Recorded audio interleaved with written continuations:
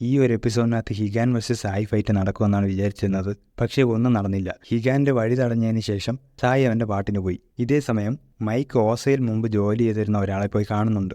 അയാളെ കമ്പനിയിൽ നിന്നും പുറത്താക്കിയതാണ്. കമ്പനി തെറ്റായ രീതിയിലാണ് അവനെ പുറത്താക്കിയതെന്നൊക്കെ പറഞ്ഞ് കമ്പനിയിലെ കറപ്ഷൻസ് എല്ലാം പുറത്തു കൊണ്ടുവരാനാണ് അവൻ ശ്രമിക്കുന്നത്. അയാളുടെ സഹായത്തോടെ മൈക്ക് ഓസയെക്കുറിച്ചുള്ള കൂടുതൽ ഡീറ്റെയിൽസ് കണ്ടുപിടിക്കാനാണ് നോക്കുന്നത്. ഇതേ സമയം വില്ലന്മാരെല്ലാവരും കൂടെ വീണ്ടും ഒരു റൗണ്ട് ടേബിൾ ഡിസ്കഷൻ നടത്തി തീരുമാനിക്കുകയാണ് ഹിഗാനെ ടെസ്റ്റ് റൂമിലോട്ട് കൊണ്ടുവരാം. അവിടെ വെച്ച് അവനെ എല്ലാവരും കൂടെ ചേർന്ന് ഫൈറ്റ് ചെയ്ത് കഴിഞ്ഞാൽ ഉറപ്പായിട്ടും തോൽപ്പിക്കാനും പറ്റും. അതുമാത്രമല്ല അവൻ്റെ സീക്രട്ട് ടെക്നിക്കിനെ കുറിച്ച് കൂടുതൽ മനസ്സിലാക്കാനും പറ്റും. ഈ കാര്യങ്ങളെല്ലാം മനസ്സിലാക്കി ഫോണിൽ കൂടി സംസാരിച്ചുകൊണ്ടിരിക്കുന്ന ആള് ഹിഗാനോടെല്ലാം പറയുന്നുണ്ട്, ഇതൊരു ട്രാപ്പായിരിക്കാം, എന്നെ എല്ലാവരും കൂടെ ഒരു സ്ഥലത്തോട്ട് ലീഡ് ചെയ്ത് ഒരുമിച്ച് ഫൈറ്റ് ചെയ്യാനായിരിക്കാം, ഒരുപാട് നിഞ്ചാസ് ആൾറെഡി ഇവിടെ ഉണ്ടെന്നെല്ലാം പറയുന്നുണ്ട്. പക്ഷെ ഓൾറെഡി ഇറങ്ങി തിരിച്ചു, ഇനി പിന്നോട്ടില്ല എന്നുള്ളൊരു മട്ടിൽ ഹിഗാൻ മുന്നോട്ട് തന്നെ പോകാമെന്ന് തീരുമാനിച്ചിരിക്കുകയാണ്. ഹിഗാന്റെ ലക്ഷ്യം യാമാജിയാണ്. അവനെ കൊല്ലാനാണ് ഹിഗാൻ ശ്രമിച്ചുകൊണ്ടിരിക്കുന്നത്. അപ്പോൾ അയാൾ പറയും, എങ്കിൽ 7 മണിയാകുമ്പോൾ മൂവ് ചെയ്യണം, കാരണം ആ ഒരു സമയത്ത് സിറ്റിയിലൊരു പരേഡ് നടക്കുന്നുണ്ട്, അതിൻ്റെ ഒരു മറവിൽ മൂവ് ചെയ്യണമെങ്കിൽ ചെറിയൊരു അഡ്വാൻറ്റേജ് കിട്ടും. ഇതേ സമയം മൈക്ക് മറ്റേ ആളിൻ്റെ കൂടെ നിന്ന് ഓസയുടെ സെർവേഴ്സ് ഹാക്ക് ചെയ്യാൻ ശ്രമിച്ചുകൊണ്ടിരിക്കുകയാണ്.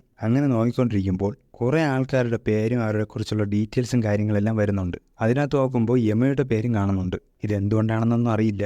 ഇനി അവൻ ഏതെങ്കിലും രീതിയിലുള്ള സ്പൈ ആണോ, ഓസയ്ക്ക് വേണ്ടിയാണോ ഇത്രയും കാലം വർക്ക് ചെയ്തുകൊണ്ടിരുന്നത് എന്നൊന്നും അറിയില്ല. അപ്പോഴേക്കും അവിടെ ഓസയുടെ ആൾക്കാർ വന്ന് ഇവരെ അറ്റാക്ക് ചെയ്യും. അങ്ങനെ മൈക്കും മറ്റേ ആളും കൂടി അവിടെ നിന്ന് രക്ഷപ്പെടും. പിന്നെ ചെറിയൊരു കാർ ചേസാണുള്ളത്. പക്ഷേ അവസാനം കാർ ക്രാഷ് ചെയ്യുന്നത് പോലെയാണ് കാണിക്കുന്നത്. പിന്നെ വീണ്ടും ഹിഗാന്റെ പ്രയാണങ്ങളിലോട്ട് തിരിച്ചു പോവുകയാണ്. ഓരോരുത്തരെയായിട്ട് ഫൈറ്റ് ചെയ്ത് അവൻ ടെസ്റ്റ് റൂമിലോട്ട് എത്തുന്നുണ്ട്. അവിടെ എത്തുമ്പോൾ കുറച്ച് റോബോട്ട്സാണ് അവിടെ ഉള്ളത്. അതിനെല്ലാം കൺട്രോൾ ചെയ്യുന്നത് ലിൽ എന്ന് പറയുന്നവനാണ്. അങ്ങനെ ഹിഗാൻ ഇതിനെല്ലാം ഫൈറ്റ് ചെയ്തുകൊണ്ടിരിക്കുന്നു. ഇതെല്ലാം യാമാജി ഹെലികോപ്റ്ററിൽ നിന്ന് കണ്ടുകൊണ്ടിരിക്കുകയാണ്. ഹിഗാന് യാമാജിയാണ് വേണ്ടത്, പക്ഷേ റോബോട്ട്സ് അതിന് സമ്മതിക്കുന്നില്ല. പിന്നെ വേറൊരു വഴിയില്ലാത്തതുകൊണ്ട് അവൻ വീണ്ടും അവൻ്റെ സീക്രട്ട് ടെക്നിക്ക് ഉപയോഗിക്കും. വീണ്ടും ഉപയോഗിച്ച് കഴിഞ്ഞാൽ ഉറപ്പായിട്ട് മരിക്കുമെന്ന് ഡോക്ടർ നേരത്തെ പറഞ്ഞിട്ടുള്ളതാണ്. പക്ഷേ എന്നിട്ടും അവരെ തോൽപ്പിക്കാൻ പറ്റുന്നില്ല. അങ്ങനെ റോബോട്ട്സ് എല്ലാവരും കൂടി ഇടിച്ച് ചമ്മന്തിയാക്കിക്കൊണ്ടിരിക്കുമ്പോൾ സായിയും കൂടി അവിടേക്ക് വരുന്നു. ഹിഗാൻ ആൾറെഡി ഒരുപാട് വീക്കായിട്ടിരിക്കുന്നത് കൊണ്ട് തന്നെ സായിയെ ഒന്നും ചെയ്യാൻ പറ്റുന്നില്ല. അപ്പോൾ സായി അവനെ അടിച്ചിട്ടതിന് ശേഷം അവൻ്റെ കത്തിയെടുത്ത് കഴുത്തറുക്കാനായി തുനിയുന്നു. അപ്പോഴാണ് ഹിഗാനെ നേരത്തെ അറ്റാക്ക് ചെയ്തുകൊണ്ടിരുന്ന റോബോട്ട് ഇപ്പം അവന് വന്ന് രക്ഷിക്കുകയാണ്. അവിടെയുള്ള ബാക്കിയെല്ലാവരും അറ്റാക്ക് ചെയ്തുകൊണ്ട് ഹിഗാനുമായിട്ട് ആ റോബോട്ട് രക്ഷപ്പെടുകയാണ്. മറ്റേ ഫോണിൽ കൂടി സംസാരിച്ചുകൊണ്ടിരുന്നവൻ ഏതോ രീതിയിൽ റോബോട്ട്സിനെ ഹാക്ക് ചെയ്തതാണ്. ഹിഗാന് ഒരുപാട് ഇഞ്ചറീസ് ഈ ഒരു ഫൈറ്റിൽ നിന്ന് കിട്ടിയിട്ടുണ്ട്.